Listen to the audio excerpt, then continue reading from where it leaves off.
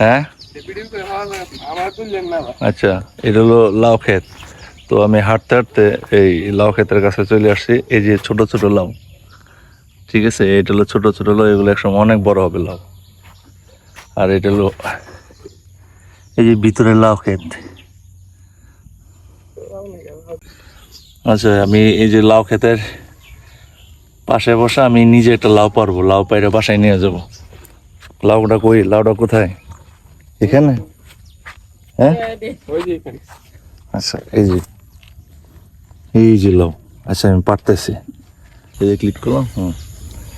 তো এই যে আমি লাউর কাছে নিলাম, এটা দিয়ে লাউ পারবো। এই যে লাউ,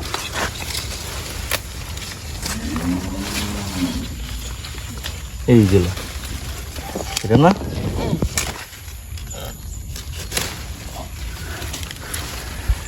এই যে লাউ কাটলাম, ঠিক আছে। একদম কচি লাউ, এটা আরো বড় হইতো, কিন্তু কচি বেশি মজা তো, এই জন্য আজকে পারা যায়। আর 2 দিন পরে রাখলে আর একটু বড় হইতো। জি, ঠিক আছে।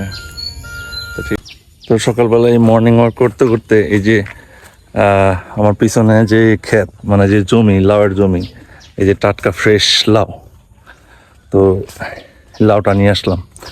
তো আমাদের এখানে লাউ, তারপরে করলা, উস্তা, দুন্দুল, তারপর জালি মানে চাল কুমড়া, বিভিন্ন রকমের সবজি, এগুলা আমার কিনতে হয় না, ঠিক আছে। প্রত্যেকদিন সকালবেলা হাঁটি, আর যেটা যেদিন ভাল লাগে খাইতে ইচ্ছা করে সেটাই নিয়ে আসি। আর যেটা যদি না পাওয়া যায় সেটা আমি করি, যে বাজার থেকে কিনে নিয়ে আসি। কারণ টমেটো আমাদের দিকে হয় না, আলু হয় না, তো এগুলা বাজার থেকে কিনতে হয়। তো এই লাউটা অনেক কচি, হ্যাঁ, অনেক মজা পাওয়া যাবে খায়। তো আপনারা যারা খাইতে ইচ্ছা করে, আপনারা আমার বাড়িতে চলে আসেন বেড়াইতে, ঠিক আছে, যারা আমাকে চিনেন। তো আমি আপনাদের সবজি খাওয়াবো, অনেক সবজি খাওয়াবো। আল্লাহ হাফিজ।